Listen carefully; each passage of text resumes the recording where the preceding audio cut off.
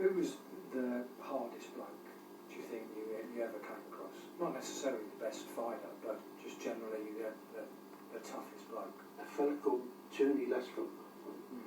Tommy Lascombe. He was hard, man. He was hard, man. And Jimmy Spinks, old Jimmy Spinks. Yeah. You know, he was, he'd fill us up when he sat down, you know. He was a big one. But he was hard, man. You know. See, Smithson, he was game and hard, man. But I'm going back before him even, when Lascombe was hard, and so was Jimmy Spinks. Jimmy Spinks was harder. I mean, we was in the pub having a drink once, we walked out, Nick the piano board, she used to put a pot of stew on the counter. And we said, hot stew, come on boys, that, and drinking drinks and having hot stew at the same time, you know what I mean? And then we got the piano, got it out, me and Jimmy Spinks, playing it in the street, all having a fun. Lenny McLean, he had a lot to live up to with his uncle being Jimmy Spinks. Yeah, he did do, but there was Johnny Wall, his cousin. Johnny Wall, he was a wonderful man, gentleman. Nicest man I've ever met. I fought the war. See, there was no talking on them.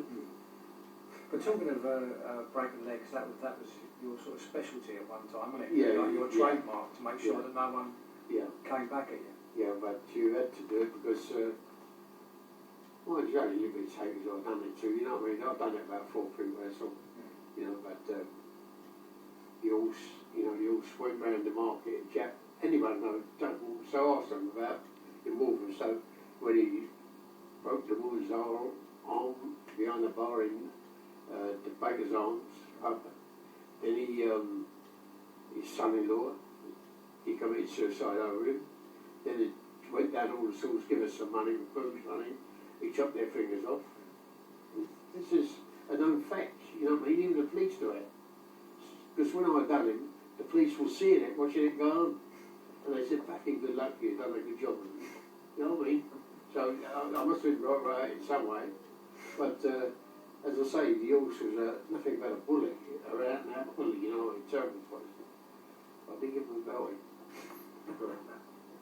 Did you find it hard to go straight after you'd lived that life? Well, I think what happened was when I went away, I've always left enough money for my wife and kids. You know what I mean? She had a little bit of savings saved up and all that, and she never went short. I could tell you a funny thing, but I can't because it's a bit. When I was in the Nick, I was making money, frustrating enough. Unbelievable, but I was making money in the Nick. And it was a funny way of doing it and all. Tell us that story after. Yeah. It was really funny. I mean, when you were driving your lorries and you had your own little haulage business, obviously there's a satisfaction in that, being your own boss and that. But you've not got the same money that you were making, obviously. I was getting good money. Were you? I was getting good money, yeah, really good money. Because you get daily money everywhere, out of the Middle East. See, I took a load from here down to Iraq, Kuwait, Emirates, Abu Dhabi. I went all over there, you know, one of the forerunners. It wasn't the first, but he was one of the first. You knew from a young age that you could punch. Yeah. You had sort of knockout power. Yeah. You know, which obviously was a huge advantage for the life that you were. For sure, that's right. Yeah. But it's funny, isn't it, you know, with sometimes people go, they can't eat sheep, I can't have any go, but can't have any people are knocked out, you know what I mean? You know, I've done him dinner, I've done him all year, I've done him, you know, but why?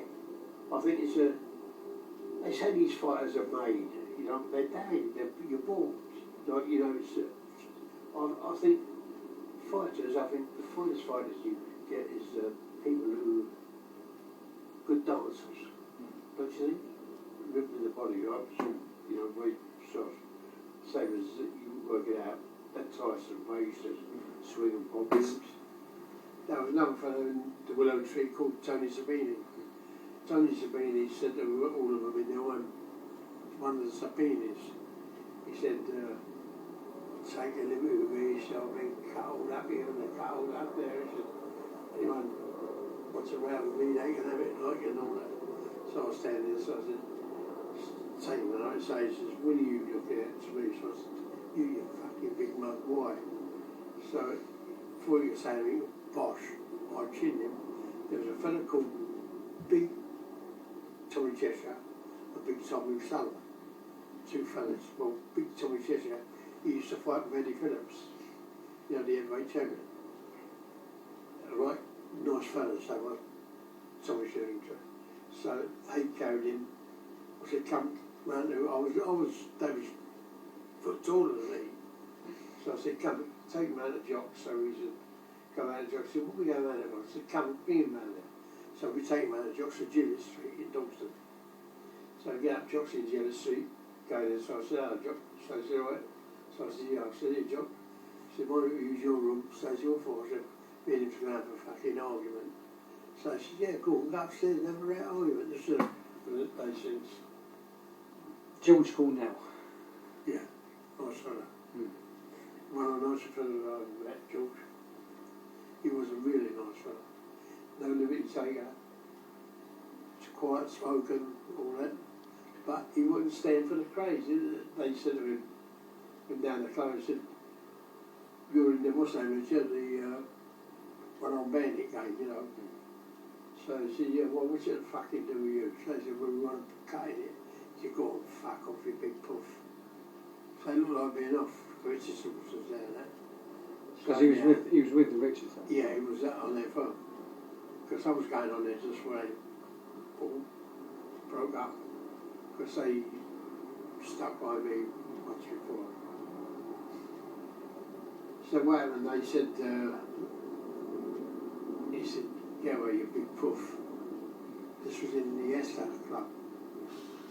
So they went, and I was there, you know, I was on there, I didn't know what side I was going, you know what I mean?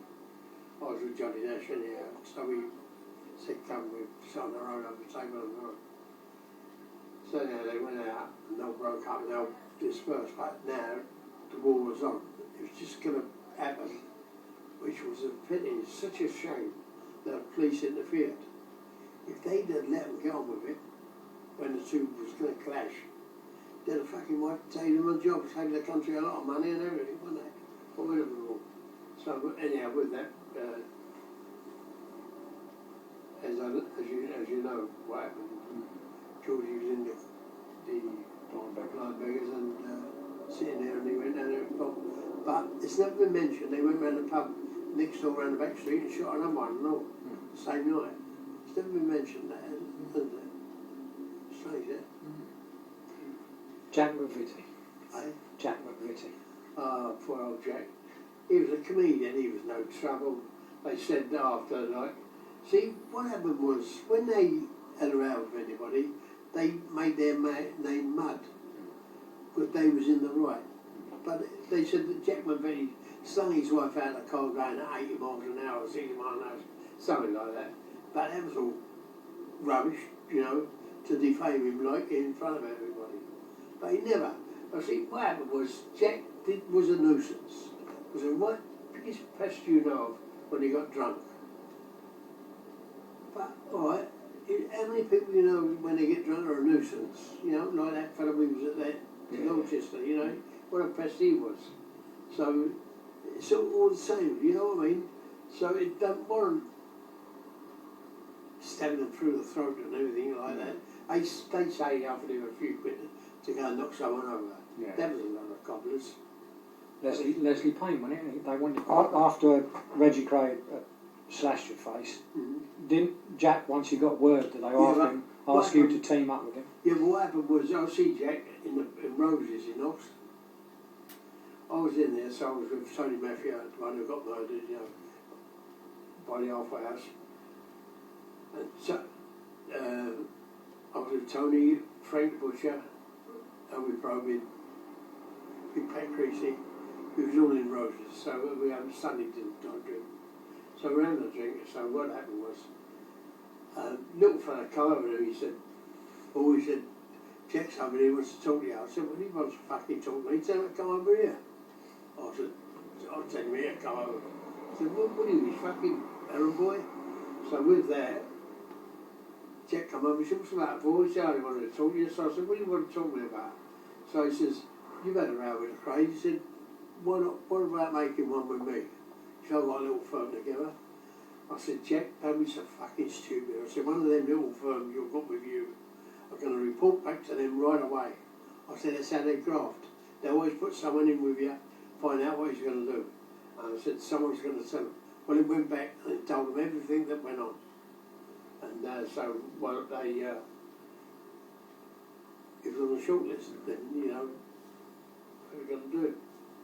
That's what happened when they done it, but the way it was done, I think, was terrible. You know, like, the way he was lured. Yeah. I mean, Nicky Lambrioni, the other fellow, should never have done that. I got well with Nicky Lambrioni and Chrissy Lambrioni, but to do a thing like that, what they done, was a bit much, you know.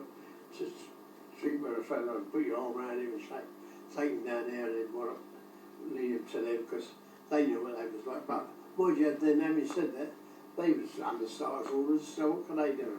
Otherwise they'd do that. Yeah. That other guy that you had a problem with, Boulton, who cut the other side of your face. So, who was he exactly then? Was he one of the crowd? Just someone you knew vaguely? No, I'll tell you what, this bloke, Buddy Boulton, is a bad man. I had it away from Pentonville prison. So when I had it away from there, I was going around, I was having a drink. So I went over Ruby Stars. Old Ruby Stars was an old tearaway, like come up with more. So we was having a drink in there, so with that, my Boulton coming there with this girl named Bad. So he got a little bit flash. I said, don't you get fucking flash with me like with that. So he's gone out to the toilet. I've never said nothing to him. As he's gone out, I've gone out after him. I go, bosh, done it, left him in there. So I go back in the bar. When I'm in the bar, and I said, what's happened to the boy? I said, oh, so I went out to the toilet. So he said, would you go out and have a look at him? So I said, I went out there. So he's going, oh, like he's smoking carrot. So he said to me, oh, he said, don't tell him what happened with you. He said, I fell over. He said, so I fell over. So I said, that silly boy just fell over and fell in the piss trough. You know, so I told him that. Anyhow, carried on drinking. And as we go home, now I was wanted by the law. I let it escape from the mill. So with that, I drive him home. When I drive home on Pendle Street, as you go out of the car on Pendle Street, good night, Paul, good night, all. Shoom, straight down there and it away. But I got out and chased him. So people said, don't do that, Paul, you want it, you know. Better have it away. So we committed suicide, jumped over the top of flats, 8-story high. They said, but we can't understand why he was eating fish and chips. No one committed suicide eating fish and chips. So that was it. In the Boulton.